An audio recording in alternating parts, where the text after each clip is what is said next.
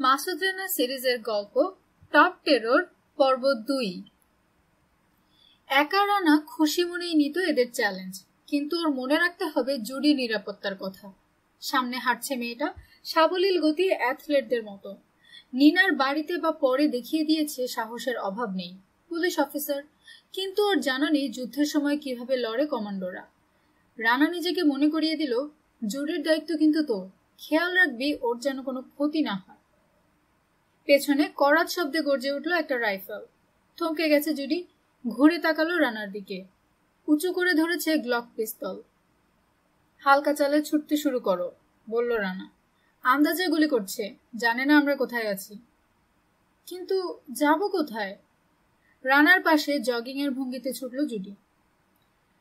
হেথা নয়, অন্য কোথা, অন্য কোনোখানে।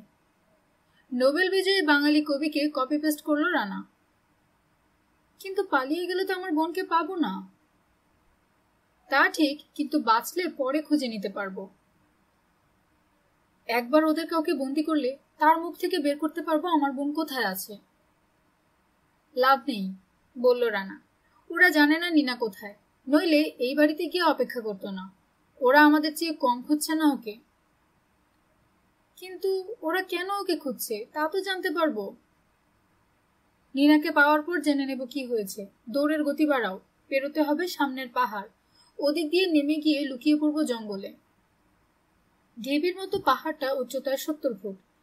ওদিক দিয়ে নামলে কয়েকশো গজ দূরে রাস্তা, চূড়ায় ঘন ঝোপঝাড় ও গাছ। ওদিকে ঢালে বাঁকা হয়ে ঝুঁকেছে বিশাল এক মহিরুহ। পাহাড়ের গা থেকে উপড়ে এসেছে অসংখ্য শেকড়। বড় পাথরের কিছু খণ্ড তৈরি করেছে ছোটখাটো গুহা।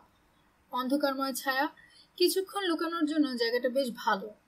ওদিকটা দেখালো রানা, ওখানে লুকিয়ে পড়ো। তুমি কি করবে? জানতে চাইল জুডি। গাড়ি জোগাড় করব, নইলে যেতে হবে পায়ে হেঁটে। 10 মাইলেরও বেশি দূরে লিটল ফোর্ক। আকাশ দেখালো রানা। ওই মেঘ দেখেছো? আসছে ব্লিজার্ড। আমাদের পরনে পাতলা জ্যাকেটের জিন্স। সারা রাত ঝড় হলে বরফে জমে মরবো। 10 মাইল যেতে সারা রাত লাগে না, যদি রাস্তা ধরে যেতে পারো তাহলে। কিন্তু পিছু নেবে লোকগুলো। বারবার সরতে হবে জঙ্গলের মাঝে। পাহাড়ের ওদিক দিয়ে গেলে যদি 10 মাইল হবে 20 মাইল। তাছাড়া জানি না সামনের এলাকা কেমন, হয়তো নদী পেরোতে হবে। তুষার ঝড়ে ভিজে গেলে। বুঝেছি। ঠোঁটে ঠোঁট চেপে বসলো জুডি।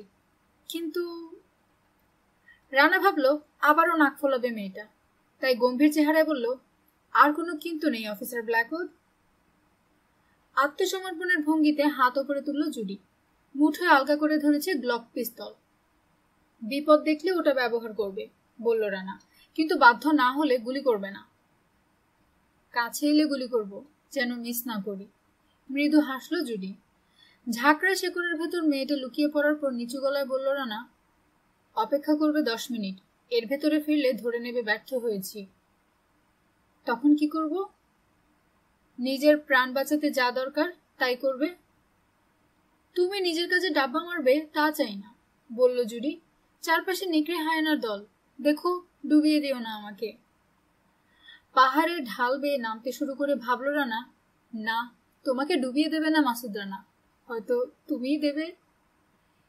বিরক্ত বলে দুকাত ঝুঁকে গেল নিক বেন্ডারের। ভেবেছিল দেখবে শটগানের গুলিতে ঝাঁঝরা লাশ, কিন্তু কোথায় কি, অবাকও লাগছে। অবশ্য ক সেকেন্ড পর চেহারায় ফুটল কদর্য হাসি। অত হাসির কি আছে, জানতে চাইল রিক বেন্ডার।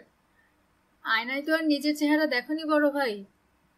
আকারে বড় ছোট ভাইয়ের দিকে তাকালো রিক। আমার আয়না দেখতে হবে কেন? নিজের চেহারা দেখো, একদম গাধার মতো। সবাই বলে আমি সুদর্শন। মলিন হলো না নিকের মুখ। বিশাল বুক থেকে বেরোলো হাসির গুম গুম আওয়াজ। ঘুরে দেখলো 2 বোল্ডারের মাঝের রাস্তা। ময়নিহানের লোক থেমে হইচই করছে। পিক আপ থেকে লাফিয়ে নেমেছে কেউ কেউ। গাধাগুলো এসেছে। জড়ো করো নিক, ঘোত করে উঠল রিক। সার্চ পার্টি নিয়ে বেরোতে হবে, বেশি দূর যেতে পারেনি ওরা। আমাকে কি করতে বললো রিক? রাস্তায় চোখ রাখবে, এদিকে এলেই ধরবে। বড় ভাইকে দেখলো নিক, ঠোঁটে টিটকারির হাসি। এতে খেপে গেল রিক। তার কর্তৃত্ব চ্যালেঞ্জ করছে হাতাটা। রওনা হও, ধমকের সুরে বলল রিক।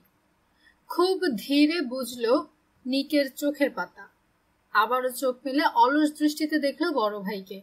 রিকের মনে হলো ঝিনুকের মতো ওই চোখে আছে নীল মুক্তা, ওটা উপরে নেওয়াই উচিত। দেরি করবে না নিক, নইলে অন্ধকারে নিজেরা গুলি খেয়ে মরবে শুয়োরগুলো। চওড়া হাসলো নিক, শটগান তুলে ইজেক্ট করলো খরচ করা কার্তুজের খোসা, নতুন করে ভরলো গুলি। আকাশের ভারী মেঘ থেকে প্রথমবারের মতো ওর মুখে পড়লো কয়েক পশলা তুষার। ঠিকই বলেছ রিক, রাতের আধারে ঝড়ের মধ্যে কে কাকে গুলি করবে কে জানে। নিকের কণ্ঠে কেমন যেন হুমকির ভাব। সুরটা লক্ষ্য করে চটে গেল রিক। ভাবলো, ভালো করেই জানি কে আগে ট্রিগার টিপবে আর মরবে কে। এখনই ম্যাগনামটা তুলে ঝেড়ে দেবো বেয়াদবটাকে। রীতিমতো লোভী হলো তার, কিন্তু তুলল না অস্ত্র। মাঝে মাঝে বেয়ারা ভাবে কথা বলে নিক, মনে হয় বেশি আস্পর্ধা হয়েছে ওর, বেশি করে ময়নিহানের গাধাদের সামনে। ভুলে যায় কে বড় ভাই। হতে পারে খামোখা ভাবছে রিক। তবে একথা ঠিক, প্রয়োজনে এক গুলিতে নিককে নিকেশ করে দেবে সে। বাইসন গাড়ির দিকে চলেছে রিক। বসে থাকবে হিটার চালিয়ে দিয়ে, চোখ রাখবে রাস্তায়। বাইরে শীতে শয়তান দুটোকে খুঁজে মরুক নিক। পকেট থেকে মার্লবোরোর প্যাকেট নিয়ে সিগারেট ঠোঁটে ঝোলালো রিক। ম্যাচ দিয়ে জেলে নিল শালা, তাকালো আকাশের দিকে। ঘুরতে ঘুরতে তুষারের পেঁচা তুলো পড়ছে পাপড়িতে। চোখ পিটপিট করে দৃষ্টি পরিষ্কার করলো সে। ফোর্ড এক্সপ্লোরার থেকে নেমে 2 বোল্ডারের মাঝের সরু পথে গাড়ি পাঠিয়ে দিয়েছে লোকটা। পেছনে ছিল ময়নিহানের ছেলেরা, অর্থাৎ বেশি দূরে যায়নি হারামজাদা আর হারামজাদি। বাধ্য হয়ে বেছে নিয়েছে 2 পথের একটা। এই এলাকা ভালো করেই চেনে রিক। ডানের পাহাড় খাড়া, পিচ্ছিল পাথরে ভরা। ধরে নেওয়া যায় ওরা গেছে বামের ট্রেইলে। পথে ফিরতে চাইলে আসতে হবে এদিকে, কিন্তু তারা আসেনি, অর্থাৎ পাহাড় বেয়ে উঠেছে চূড়ায়। ওদিকেই উপরে কোথাও আছে তারা। নিককে ডাকবে কিনা ভাবলো একবার, বাতিল করলো চিন্তাটা। কি ঠেকা পড়েছে মজার ভাগ দেয়ার, বেশি বাড়াবাড়ি করছে ছোকরা। মাথায় নেই দলের নেতাকে। ট্রাক পেরিয়ে বামের পাহাড় লক্ষ্য করে চলল রিক। সামনেই আছে রাস্তায় নামার মতো একটা জায়গা। অন্ধকারে পরিষ্কার চোখে পড়বে সিগারেটের আগুন।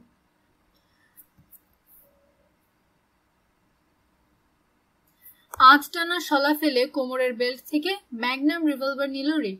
বিড়বিড় করলো, ধূমপান খুন করে। আকারে সে প্রকাণ্ড, যেমন শক্তিশালী তেমনি ক্ষিপ্র। নিঃশব্দে যেতে পারে একের নাকের ডগায়। মাঝে মাঝে ভেবেছে ভালো হতো পেশাদার কুস্তি প্রতিযোগিতায় নামলে। পার্টনার হিসেবে নিক থাকলে ওরা হতো পৃথিবী সেরা জুটি। কিন্তু কাউকে ব্যথা দেয়া বা মানুষ খুন করতে যে আনন্দ, তা পেত না কুস্তি লড়লে। ওটা নকল লড়াই। তাছাড়া কুস্তির চৌকো রিংয়ে এত টাকা নেই যতটা খরচ করেছে ময়নিহান তাদের পেছনে। বাইসন গাড়ির 20 কদম দূরেই মিলিয়ে গেছে পাহাড়ি ট্রেল। তবে বোঝা যায় জঙ্গলে খাড়া এক বুনো পথ গেছে পাহাড়ের চূড়োয়। ওই ট্রেল ধরে উঠবে কিনা ভাবলো রিক। সেক্ষেত্রে হয়তো ওর হাতে বন্দী হবে 2 পলাতক, তাতে বাহবা দেবে অন্যরা। কিন্তু এমনিতেই এদিকে আসতে হবে ওই দুজনকে, সুতরাং খাটাখাটনির কোনো মানে হয় না। নিরালা এক জায়গায় মস্ত বড় 2 গাছের মাঝে বসলো রিক। পাশেই ট্রেল, তবে ভালো দেখা গেল না ওটাকে। অন্ধকার রাতে চট করে বুঝবে না আসছে 2 জন না 1 জন।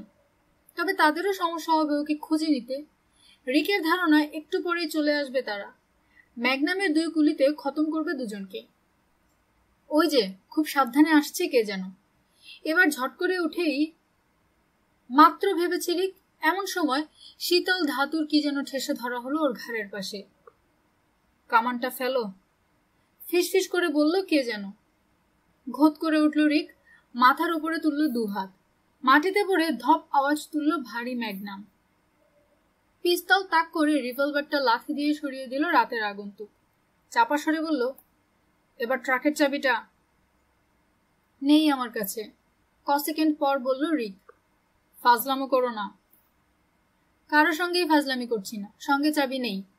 প্রাণ থাকতে প্রিয় গাড়িটা কেড়ে নিতে দেবে না রিক। হঠাৎ চোখে উজ্জ্বল আলোর বিস্ফোরণ দেখল সে। 2 সেকেন্ড পরে এলো ব্যথাটা। পিস্তলের নল দিয়ে মাথায় বাড়ি দিয়েছে লোকটা। সত্যিকারের হারামজাদা। রিক বুঝে গেল চুলের মাঝ দিয়ে কুলকুল করে নামছে রক্ত। টপটপ করে পড়ল জ্যাকেটের কলারে। গর্জন ছাড়ল সে, হারামজাদা। চাবি দেওয়ার শেষ সুযোগ, বলল আগন্তুক। এরপর 2 ভাগ হবে খুলি। আমার জিন্সের প্যান্টের পকেটে, ওটা বের করতে হলে হাত নামাতে হবে। ডানের না বামের পকেটে চাবি? ডানে। খুব সাবধানে হাত নামাও। বাম হাত সামনে বাড়ালো রিক, ডান হাত নামলো কোমরে। কুঁজো হয়ে বসেছে সে। চাবি বের করতে হলে সিধে হতে হবে। আধ বসা অবস্থায় পকেট থেকে চাবি নিয়ে কাঁধের উপর দিয়ে পেছনে চালান দিল সে। ছো মেরে নেওয়া হলো চাবি। ঘুরেই হামলার জন্য তৈরি হয়ে গেছে রিক, কিন্তু তার খুলির নিচে ঠেসে ধরা হয়েছে পিস্তল। চেষ্টা করো না, ভুল হবে। পিঠ কুচো করে বসলো রিক। চাবি দেওয়া সহজ কাজ, তাই না? তুই শালা কি বুঝবি, ভাবল রিক। ভালো হতো শুরুতেই হামলা করলে। এখন রিভলভার তো নিয়েছেই, হারাতে হলো গাড়িটা। আরো খারাপ কথা, জানেই না কোন সম্বন্ধের পুত ডাকাতি করছে। যেভাবেই হোক কুত্তাটার কাছ থেকে ফেরত নিতে হবে নিজের সব। তুমি কে? নাম কি? জানতে চাইল রিক। ওই একই কথা আমিও জানতে পারি, বলল আগন্তুক, কিন্তু জবাব দেবে না, তাই মুখ খরচ করব না। দুকাত ছাকালো রিক। ফাটা করটের রক্ত কুলকুল করে নামছে মেরুদণ্ড বেয়ে। মিথ্যে বলনি, তবে একটা কথা বুঝতে পেরেছি, তুমি পুলিশ নও। বলিনি আমি পুলিশ। রিকের কানের নিচে পিস্তলের নল ঠেকালো আগন্তুক। দ্বিধা করব না খুন করতে। নিজেকে কাপুরুষ মনে করে না রিক, কিন্তু মগজে বুলেট ঢুকবে আর সে খুন হবে তাতে আপত্তি আছে তার। তাও আবার জঙ্গলে, আনুষ্ঠানিক কবর পাবে না। তুমি তো আর গুলি করছো না, ঠিক না? কে বলল? গুলি করলে ওই আওয়াজে ছুটে আসবে অন্যরা, বাধ্য হয়ে আমাকে বাঁচিয়ে রাখবে। আপাতত, বলল আগন্তুক। রিকের ঘাড়ে খটাস করে আবার নামলো পিস্তলের নল। তাৎক্ষণিক জ্ঞান হারালো না দানব। মনে হলো কি যেন হচ্ছে চারপাশে। ঘুমিয়ে পড়ছে সে। আবছা বুঝলো আবারও ঘুম ভাঙবে, আর তখন যে লোক জোর করে ঘুম পাড়িয়ে দিয়েছে খুঁজে বের করে তাকে খুন করবে সে। জুডি, ফিসফিস করলো রানা, ওখান থেকে সরে ভালো করনি। 10 ফুট ওপরের ট্রেইলে আছে জুডি, বাম হাত গলায়, অন্য হাতে গ্লক পিস্তল। ওটার নল যথেষ্ট স্থির। বিস্ফোরিত চোখে দেখছে পড়ে থাকা বিশাল লোকটাকে। কাছে চলে এসেছিল ওরা, ওখানে থাকলে ধরা পড়তাম।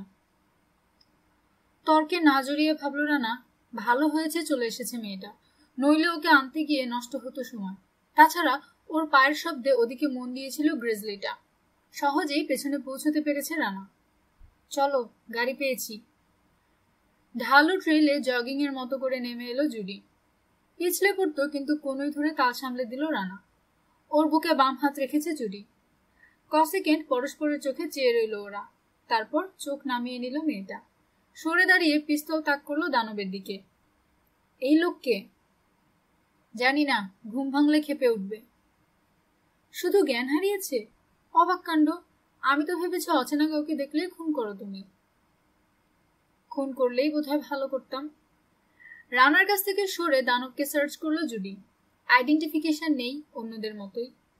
নিনার বাড়িতে 2 লাশেরও নাম পরিচয় ছিল না। অবশ্য রানা বুঝেছে তারা পেশাদার খুনি নয়।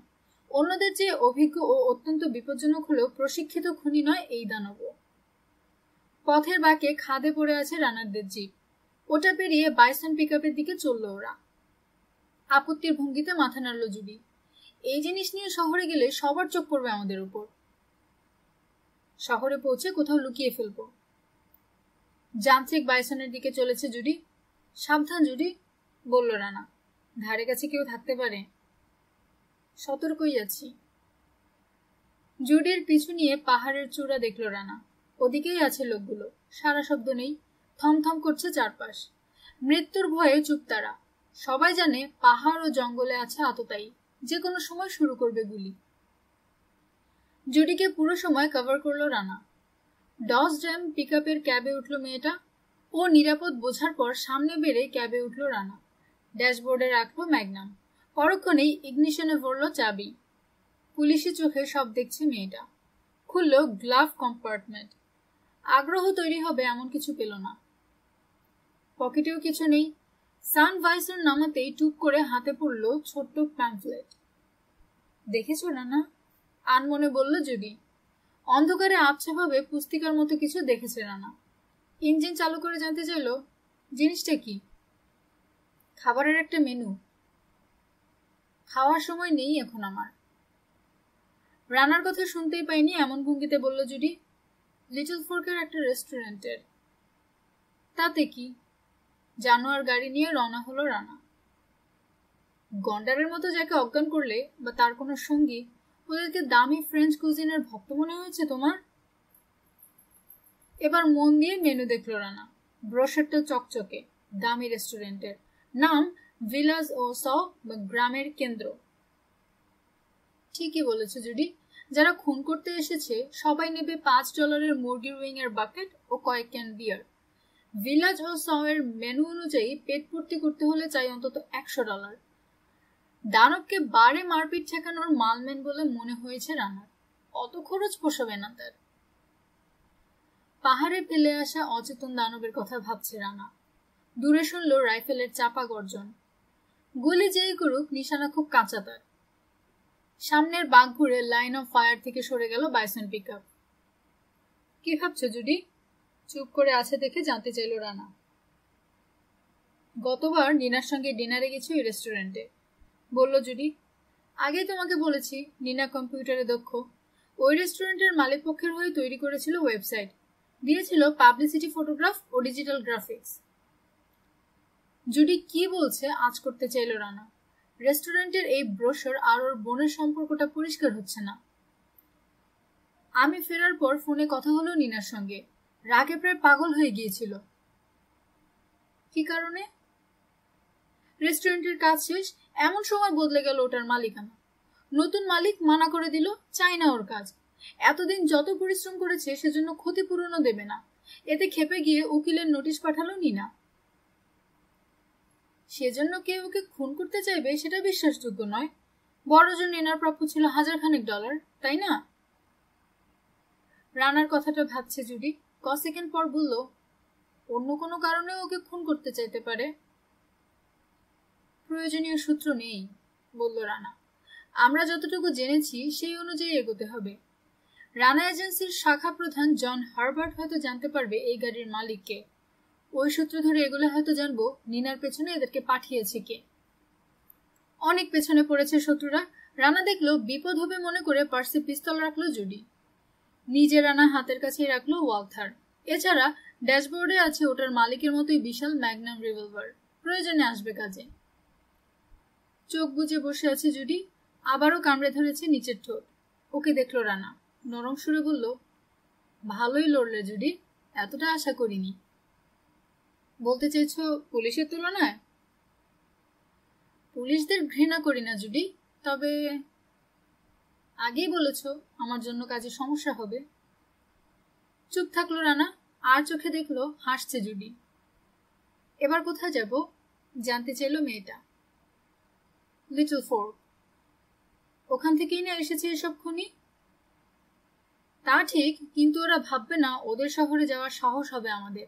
তাছাড়া জানতে হবে কার হয়ে কাজ করছে এরা। একটু ভেবে রানা বলল, নিশ্চয় ভাবছ এবার পুলিশের কাছে যাওয়া উচিত আমাদের। কথাটা মিথ্যে নয়। রানার দিকে তাকালো জুডি। কিন্তু ভুলেও ওদের কাছে যাব না। কথা শেষ করলো রানা। নিনার বাড়িতে কি হয়েছে তা রিপোর্ট করতে হবে। ওখানে আমাদের খুন করতে অপেক্ষা করছিল একদল খুনি। পুলিশের জানা দরকার কি হচ্ছে এখানে। না, সোজা সাপটা নিষেধ করলো রানা। তোমার কথা মতো চললে হাত করা পড়বে তোমার হাতেও। লিটল ফোর্কের মতো ছোট শহরের পুলিশ ঝামেলার মধ্যে যাবে না। স্রেফ আমাদেরকে গ্রেফতার দেখিয়ে জিজ্ঞাসাবাদের জন্য পাঠিয়ে দেবে ফ্র্যাঙ্কফুর্ট। এ কথাটা মাথায় রেখো, জেলে পৌঁছলে খুঁজতে পারবো না তোমার বোনকে। কোথা থেকে পেলে পুলিশ ডিপার্টমেন্ট সম্পর্কে এত খারাপ ধারণা? রানার কথাই ফিরিয়ে দিল জুডি। তোমার কাছ থেকে, সাহস ছুড়ে বলল রানা। তুমি তো আমার চেয়ে ভালো জানো, পুলিশ অফিসার বলে কথা। তর্ক না করে একটু পর বলল জুডি, কিন্তু ভুলে গেছো আমিও পুলিশ অফিসার। সব খুলে বলতে পারবো পুলিশকে। এমন নয় তোমাকে জড়াতে হবে। তাতে রাজি আছো? ওকে দেখলো রানা। দায় নেবে 4 জনের খুনের? এমনিতেই সিঁড়ির লাশের জুতো থেকে পুলিশ পাবে আমার পিস্তলের গুলি। শেষে আইপি প্যানেলের সামনে দাঁড়াতে হবে। বলেছ তোমার পিস্তল পুলিশের দেয়া নয়? এনওয়াইপিডির নয়। তার মানে এমন নয় রেজিস্ট্রি করা হয়নি ওটা। পুলিশ ডিপার্টমেন্ট ব্যালিস্টিক টেস্ট করলেই সব বেরিয়ে আসবে। পুলিশ রেজিস্টারে গুলির টেস্ট রোল বা রাইফলিং মার্কসের রিপোর্ট নাও থাকতে পারে। আর পিস্তলে যদি না থাকে, কিসের প্রমাণ? ফেলে দাও নদীতে, বাধা দিচ্ছে কে? কাজটা বেআইনি, আমি তা করব না। সেক্ষেত্রে বুঝে রাখো মুখ, খুন করতে এসেছিল ওরা, জানেও না আমরা কারা। ধরে নিতে পারো পুলিশের কাছে নালিশ করতে যাবে না কেউ। রিপোর্ট তো দেবেই, মারা পড়েছে 4 জন সঙ্গী। হাত তুলে জঙ্গল দেখালো রানা। পুঁতে দেবে জঙ্গলে। দীর্ঘশ্বাস ফেললো জুডি। পুলিশকে বলতেই হবে রানা, এভাবে খুনোখুনি কিছুতেই মেনে নেওয়া যায় না। ওদের হাতে খুন হয়ে যাওয়ায় আইনসম্মত হবে বলে ভাবছ? হাসলো রানা। কি ভয়ানক বিপদে আছে নিনা, এখনো বোঝনি? ওকে পেলে ভাবা যাবে পুলিশের কাছে যাব কি যাব না। এখন আমাদের প্রথম কাজ এসবের পেছনের লোকটাকে খুঁজে বের করা। ভালো না লাগলেও আপাতত মেনে নিলাম তোমার কথা, জানালো জুডি। পাহাড়ি বিপজ্জনক পথে ড্রাইভিং এ মন দিল রানা। এখনো পাওনি ওকে? না, তবে ঠিকই পাবো। বুঝতেই পারছো মেয়েটা সব ফাঁস করে দিলে কি সর্বনাশ হবে আমাদের। অত ঘাবড়ে যাওয়ার কিছু নেই প্যাট্রিক, বলল ন্যাশ ময়নিহান। নিয়ম মেনে কাগজে সই করো, ঠিক জায়গায় লাগাও রাবার স্ট্যাম্প, তাতেই হবে। বাকি সব সামলাচ্ছি আমরা। প্রকাণ্ড টেবিলের ওদিকে বসে আছে জাজ প্যাট্রিক হোল্ট। ভালো করেই জানে বাড়তি কথা বললেই বিপদ। ময়নিহানের হাতে সিগার, যে কোনো সময়ে চেয়ারের হাতলে পড়বে ছাই। বিরক্তির চোখে তাকে দেখল জাজ। আন্ডারওয়ার্ল্ড গ্যাংস্টার বারবার বলছে দুশ্চিন্তার কিছু নেই, ঠিকভাবে চলবে সব, কিন্তু না ভেবে পারছে না সে। নরম সুরে বলল, হয়তো সবই হারিয়ে বসবো আমরা ন্যাশ। সিগার দুলিয়ে কথাটা উড়িয়ে দিল ময়নিহান। ঝুলছে দীর্ঘ ছাই। ঘাবড়ে যেও না, কাজে নেমেছে বেন্ডাররা। নাক ঝাড়ার শব্দ তুলল অফিসের 3য় জন। তুমি না দেখিয়ে দিলে তো নিজেদের পাছাও খুঁজে পায় না ওরা। তোমার গাধাগুলোর চেয়ে ভালো, জানালো ময়নিহান। হয়তো, তবে তার কারণ আমার হাত পা বাঁধা। কাজেই ফালতু পেঁচাল বাদ দাও, সমালোচনা নিজের কাছেই রাখো। তার দিকে সিগার তাক করলো ময়নিহান। ভুলল না, বাড়াবাড়ি পছন্দ করি না আমি। নাকি তোমাকে মনে করিয়ে দিতে হবে? আমি শুধু বোঝাতে চাইছি পরিস্থিতি। ঢোলের মতো ফোলা বুকে দুহাত বাঁধলো লোকটা। ন্যাশ ময়নিহানের কঠোর চোখ দেখে ফ্যাকাশে হয়ে গেছে 2 গাল। ওই যে এলো নতুন 2 জন, তাদের কি করবে? জানতে চাইল জাজ হোল। মনে হচ্ছে না তাদেরকে সামলাতে পেরেছে বেন্ডাররা। অস্টিন ম্যাকলাস্কির গাধা বাহিনীর জন্য কঠিন হয়েছে তোমার বেন্ডারদের কাজ। 3য় লোকটার দিকে সিগার তাক করলো ময়নিহান। এসব কাঁচা লোক নিলে যা হয়, আমাদের প্রথমে উচিত ছিল কাজটা বেন্ডারদের দেয়া। ওরা নিজেদের কাজ করলে আজ এমন বিপদে পড়তাম। ঢোলের মতো বুক আরো ফোলালো 3য় জন। ওদের উচিত ছিল গোপনে ফ্র্যাঙ্ক ম্যালভিকে খুন করা। সে মরার আগে যে চিৎকার করেছে শুনতে পেয়েছে পুরো কাউন্টির অর্ধেক লোক।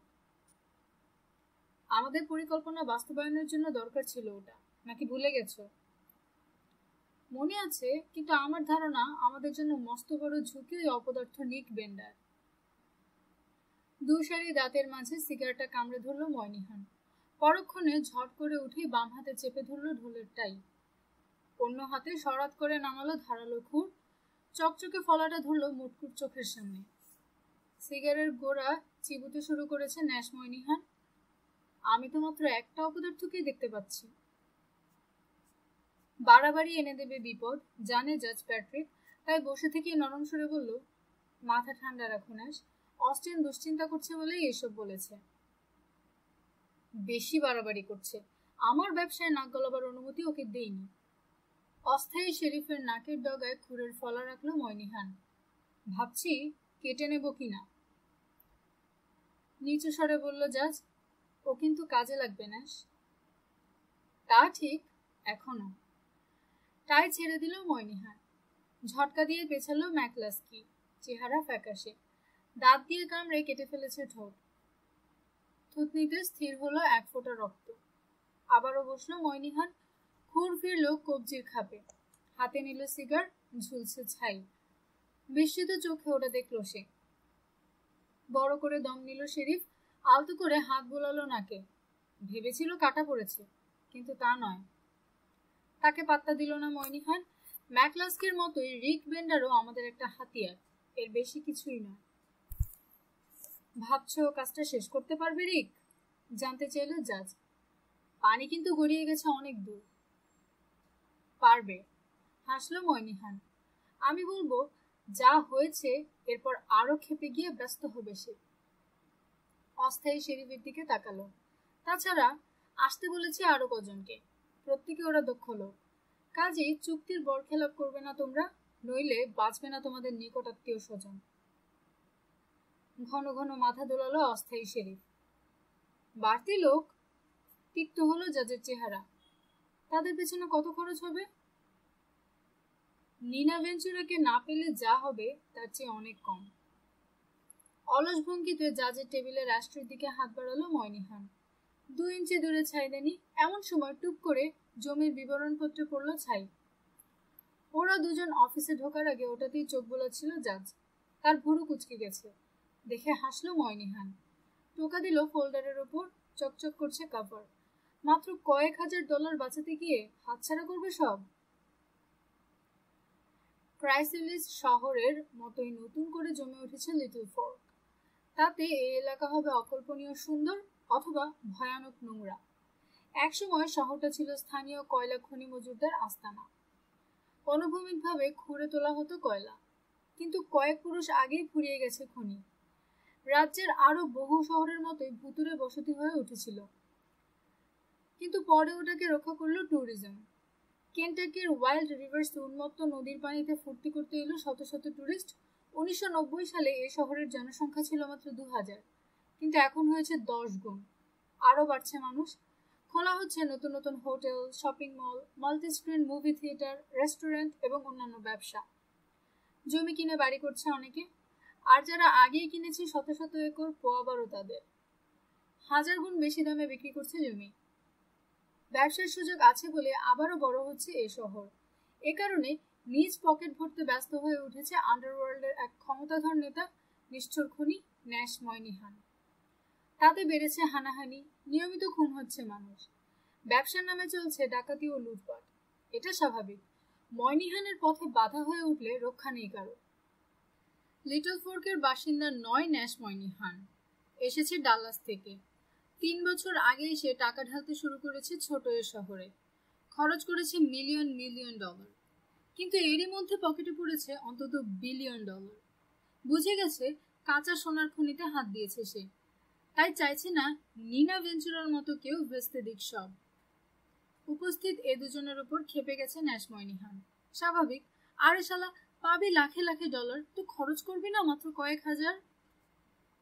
আগামীকাল পৌঁছবে। চেয়ার ছাড়লো ময়নিহান। বুঝিয়ে দিল আজকের মিটিং শেষ। অস্থায়ী শেরিফের দিকে ফিরল। কাজে নামবে ওরা।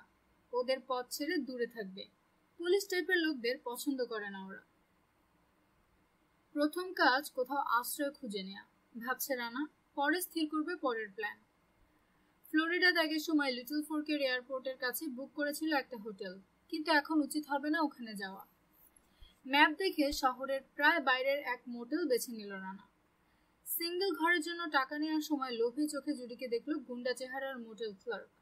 বুঝে গেছে রাতের জন্য এই সুন্দরী পতিতাকে জুটিয়ে নিয়েছি সুদর্শন যুবক। আহা, 8 ঘন্টার জন্য যদি পাওয়া যেত এটাকে। রানার দিকে চেয়ে চওড়া হাসল সে। চাবি দেওয়ার সময় বার কয়েক চোখও টিপল। রানা নির্বিকার। ঘরের দরজা খোলার সময় নাক ফুলিয়ে বলল জুডি, বুদ্ধুটা ভেবেছে আমি তোমার রক্ষিতা বা রাস্তা থেকে তুলে আনা পতিতা। সন্দেহের চোখে দেখল নিজের পোশাক। বলতো, আমাকে দেখতে সত্যিই পতিতার মতো লাগে? না তো। আকাশ থেকে পড়ল রানা। আমার তো মনে হচ্ছে সাক্ষাৎ রাজকুমারী। জুডি ঘরে ঢোকার পর দরজা আটকে দিল। শহরে গড়ে উঠেছে নতুন হোটেল ও মোটেল, কিন্তু ভালো হোটেলে না উঠে এ মোটেল বেছে নিয়েছে রানা। এটা আছে বহুকাল ধরেই। এমনই জায়গা যেখানে 1 ঘন্টার জন্য ভাড়া দেওয়া হয় রুম। 1 ডজন রুমের মধ্যে পেছন থেকে তৃতীয় রুম ওদের। কেউ চট করে ভাববে না এখানে এসে উঠবে ওরা। কয়েক ঘন্টা থাকার জন্য খারাপ নয় ঘরটা। ছোট বাক্সের মতো, পাশেই বাথরুম, যথেষ্ট পরিষ্কার। বেড মাত্র একটা। বিরক্তি প্রকাশ করলো জুডি। তুমি কোথায় ঘুমাবে? ঘুমাবো না। ম্যাগনাম রিভলভারটা ম্যাট্রেসের নিচে রেখে সিধে হয়ে দাঁড়ালো রানা। কাউন্টারের ওই শয়তানের ইঙ্গিত পেয়ে বাড়াবাড়ি করবে না তো? সন্দেহ নিয়ে জানতে চাইল জুডি। দীর্ঘশ্বাস ফেলল রানা। দেখতে তুমি সত্যিই সুন্দর, তবে নিশ্চিন্তে থাকতে পারো কখনো জোরাজুরি করব না। বিশ্বাস করি তোমাকে। রানার বাহুতে হাত রাখলো জুডি, চোখে কাতর দৃষ্টি। রানা বুঝে গেল প্রাণ রক্ষা করেছে, সেজন্য ওর কাছে ঋণী থাকতে চাইছে না মেয়েটা। মুখ তুলে রানার ঠোঁটে চুমু দিল জুডি। সাড়া দিতে গিয়েও নিজেকে সামলে নিল রানা। নরম গলায় বলল, আমরা কেউ কারো কাছে ঋণী নই জুডি, হয়তো ভুল হবে কাছে এলে। রক্তিম হলো জুডির দুগাল, তবে বুঝলো ওকে অপমান করতে এই কথা বলেনি রানা। সুযোগ পেয়েও তা নেয়নি। ম্লান হাসলো ও। ধরে নাও বন্ধু হিসেবে ধন্যবাদ দিতেই চুমু দিয়েছি। ও বিছানায় বসতেই ক্যাচকচ আওয়াজ তুলল স্প্রিং। অস্বস্তিতে পড়ে দরজা লক্ষ্য করে চলল রানা। সরিয়ে ফেলবো ডজর্যাম ট্রাক, দরজা খোলা রেখো, ফিরতে একটু সময় লাগবে। Yes sir. উঠে বাথরুমের দিকে চলল জুডি। আপন মনে বিড়বিড় করে কি যেন বলছে, চোখের রাগের ছাপ। বেরিয়ে এসে রুমের দরজা বন্ধ করলো রানা। মোটেল থেকে বেরোতে হাড়ে কাপ ধরিয়ে দিল কনকনে শীতল হাওয়া। বেশ অনেকটা দূরে এক ঝাড় গাছের আড়ালে ডজর্যাম ট্রাক রেখেছে রানা। পরের 5 মিনিটে ট্রাক নিয়ে শহরের অন্য প্রান্তে পৌঁছল। থামলো আরেক মোটেলের কাছে। হাইওয়ে থেকে দেখা যাবে না এমন এক জায়গায় রাখলো ট্রাক। চারপাশে পাইনের জঙ্গল। পুলিশ বা শত্রুপক্ষের কেউ ওটা পেলে ভাববে আপ্রাণ চেষ্টা করা হয়েছে গাড়িটা লুকিয়ে রাখতে। সেক্ষেত্রে প্রথমেই মনে হবে খোঁজ নেওয়া উচিত কাছের মোটেলে। গাড়ির সামনের মাঠগার্ডের নিচে চাকার ওপর চাবি রেখে পায়ে হেঁটে নিজেদের মোটেলের উদ্দেশ্যে চলল রানা। একবার থামলো এক জেনারেল স্টোরে, কিনলো স্ন্যাক্স ও জুস। কি ভেবে নিল মস্ত একটা চকলেট বার। ঠিক করেছে শান্তি বজায় রাখতে জুডিকে ঘুষ দেবে। দোকানের বাইরে ছাউনির নিচে থামলো ও। পকেট থেকে মোবাইল ফোন নিয়ে কল দিল ঘনিষ্ঠ বন্ধু জন হারবার্টকে। ওদিক থেকে কল রিসিভ হতেই বলল, কি ব্যাপার, নিজে সাহায্য করবি না বলে মেয়েটাকে পাঠিয়ে দিলে আমার কাছে? ও, তাহলে যোগাযোগ করেছে? হ্যাঁ। দেখতে দারুণ, তাই না? হোক, তাই বলে পেছনে পুলিশ লেলিয়ে দিবি? খুব খুব করে কাশলো হারবার্ট। ও, বলে দিয়েছে? যাহ, ভাবতে পারিনি মাইকের বোন হতে পারে। আমিও পারিনি, সে তো ছিল মদ্দা মোষের মতো। ওর উপর খরচ করে ফেলেছিল ওর বাপ সব বাজে জিন। তারপর স্বর্গ থেকে নেমে এলো ওই মেয়ে। চুপ করে আছে রানা। কিরে, প্রেমে পড়ে গেলি? জানতে চাইলো জন। এখনো না, বলল রানা। ওর কথা শুনেই বুঝেছি তোকে পছন্দ করে। ক্ষতি কি মেলামেশা করলে? উচিত হবে না জন। পাহাড়ে ওর বোনের বাড়িতে মুগ্ধ হয়ে তাকিয়েছি, ব্যাস, আরেকটু হলে মাথা উড়ে যেত আমার। 1 সেকেন্ড দেরিতে খুনের দিকে গুলি পাঠিয়েছি। গোলমাল শুরু হয়ে গেছে? জানতে চাইল জন হারবার্ট। প্রথম থেকে সব খুলে বলল রানা। এরই ভেতর খতম হয়েছে 4 জন, অথচ জানা নেই কে কেন কি করছে। খোঁজও নেই নিনা ভেঞ্চুরার। চলে আসবো? জানতে চাইল জন। আপাতত দরকার নেই, বলল রানা। টাম্পা শহরেই থাক। তুই ঠিক সময়ে হাজিরা না দিলে কেসটা বাতিল করে দেবেন বিচারক। টাম্পার কোর্টে বিচার চলছে টম কোয়ার্কের। কম বয়সী মেয়েদের ড্রাগ দিয়ে তৈরি করতো পর্ন সিনেমা। নিজেও ভোগ করতো তাদেরকে। বড়সড় দল ছিল। কিন্তু বাঙালি এক মেয়ের অসহায় বাবা রানা এজেন্সির সাহায্য চাইলে তদন্ত শুরু করে হারবার্ট। জোগাড় করে জোরালো প্রমাণ। এখন আশা করছে কদিনের মধ্যেই টম কোয়ার্ক ও তার দলের লোকদের ধরতে পারবে জেলে। কালকে সাক্ষ্য দিতে ডাকবেন বিচারক, বলল জন। কাজটা শেষ করে চলে আসব। জানি না আগামীকাল কোথায় থাকবো, বলল রানা। তবে তুই ওই ডজর্যাম ট্রাকের মালিকের ব্যাপারে তথ্য পেলে বুঝবো কোথা থেকে শুরু করতে হবে। দেখছি কি করা যায়। ঠিক আছে জন। হ্যাঁ, সাবধানে থাকিস, মেয়েটাকে আগলে রাখিস। আর কিছু বলবি? না। কল কেটে দিল রানা। মেঝে থেকে ব্যাগ তুলে রওনা হলো ওদের মোটেলের উদ্দেশ্যে। জ্ঞান ফিরতেই সচেতন হয়ে উঠেছে রিক বেন্ডার। কাজ করছে না মাথা। চোখের সামনে কালো সব ধোয়া। ঘাড় নাড়তেই লাগলো দারুণ ব্যথা। মনে পড়ল কিছুক্ষণ আগের কথা, স্বস্তি পেল এখনো খুন হয়নি। সেই সঙ্গে এলো রাগ। যে লোক এমন ব্যথা দিল খুঁজে বের করে তাকে খুন করবে সে। আধারে গুলি না করে গলা টিপে মারবে হারামজাদা ওই কুত্তার বাচ্চাটাকে। তোমার মাথা ফেটে গেছে।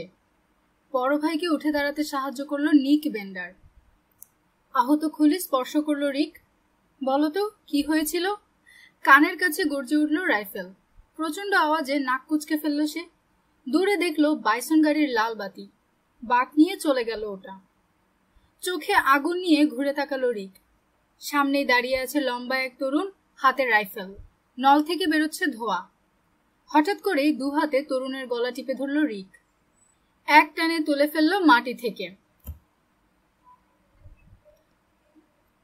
ধুলোয় পা ছুটছে ছোকরা, বেগুনি হয়ে গেছে মুখ। আমার গাড়িতে গুলি করিস, শুয়োরের বাচ্চা! অসহায় তরুণকে ছুঁড়ে ফেলল রিক। ডানা ভাঙা পাখির মতো কাছের ঝোপে গিয়ে পড়ল ছোকরা। ডাল ভেঙে চিত হয়ে পড়ল মাটিতে। বুটের ধূপধাপ শব্দ তুলে রাস্তায় এসে থামল রিক ও নিক। চাইল দূরের শহরের পথে। কোথাকার এক বদমাস চুরি করেছে ওদের সাধের গাড়ি। চুপ করে দাঁড়িয়ে আছে ওরা। পেছনে ঝোপ থেকে হার্ভেকে উদ্ধার করলো তার কয়েকজন বন্ধু মিলে। হতভম্ব তরুণের দিকে কড়া চোখে তাকালো রিক। ঠিক আছিস? দ্বিধা নিয়ে মাথা দোলালো তরুণ। সরে কেটে গেছে কপাল, জ্বলছে। বাম হাতে কপাল স্পর্শ করলো সে।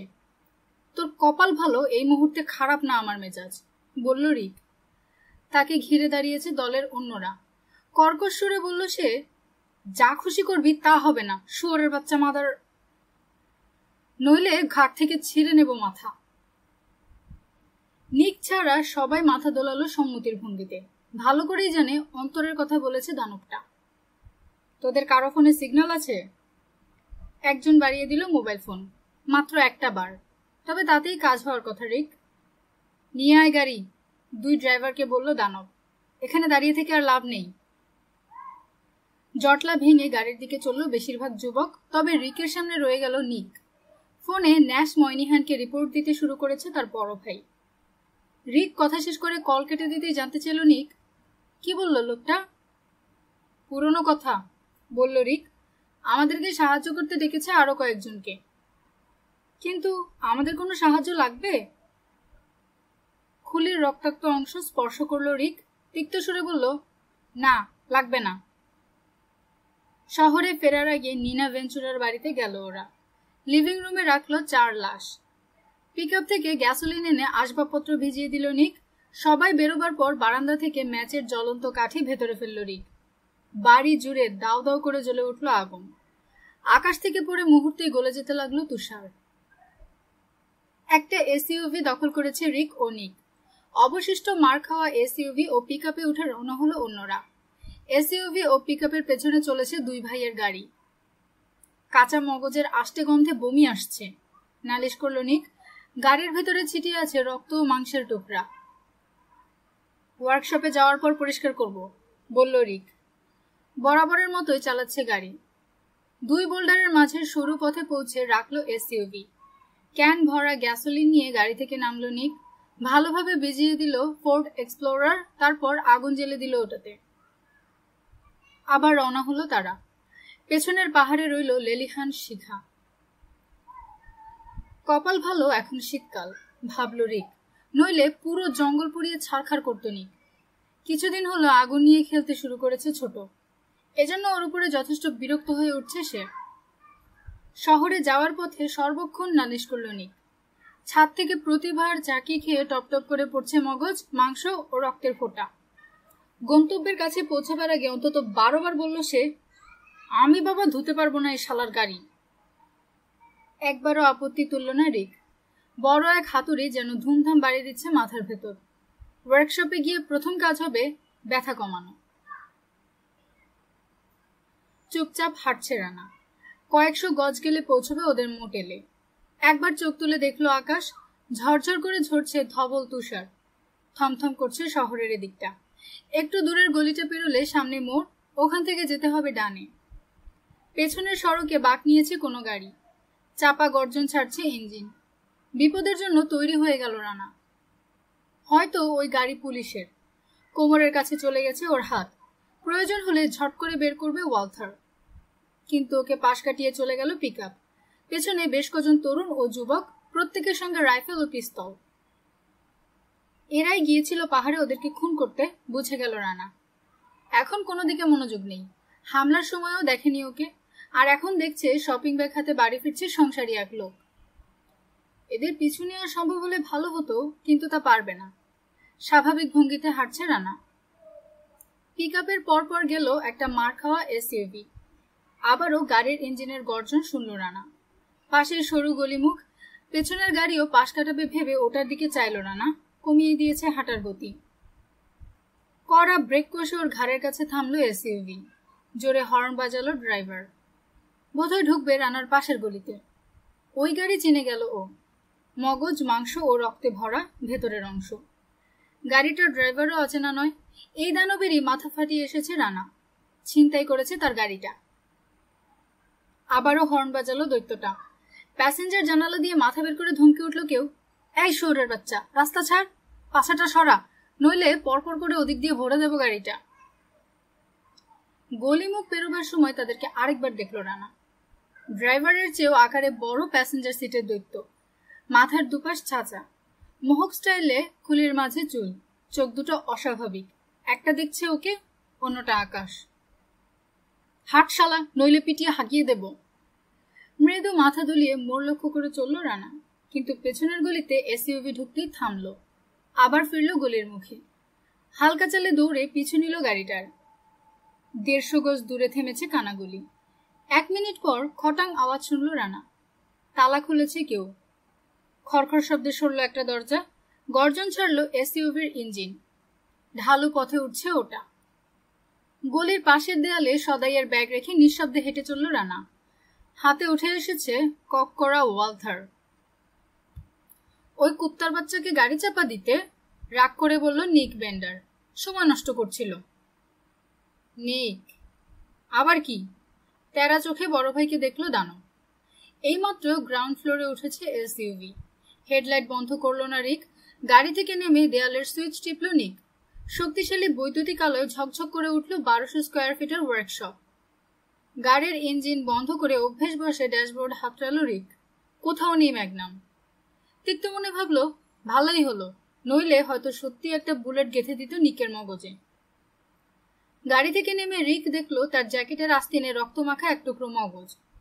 ভীষণ বিরক্ত হয়ে এসইউভির হুডে থকথকে জিনিসটা মুছল সে। আশ্চর্য রিক! তেরা চোখে ওকে দেখল নিক। এমনিতেই যথেষ্ট নোংরা, আরো মাখাতে হবে গাড়িতে? এই চুপ! দূরের দেয়ালে টুল বেঞ্চ, ওদিকে চলল রিক। ওখানে কোনো বাক্সে আছে মরফিন। ব্যথায় টনটন করছে মাথা। তার উপর পোশাক থেকে আসছে তাজা রক্ত, মগজ ও মাংসের বোটকা গন্ধ। যে কোনো সময় পেট থেকে সব উগড়ে দেবে। এর চেয়ে খারাপ আর কি হবে? হতেও তো পারে, বলে উঠল কে যেন।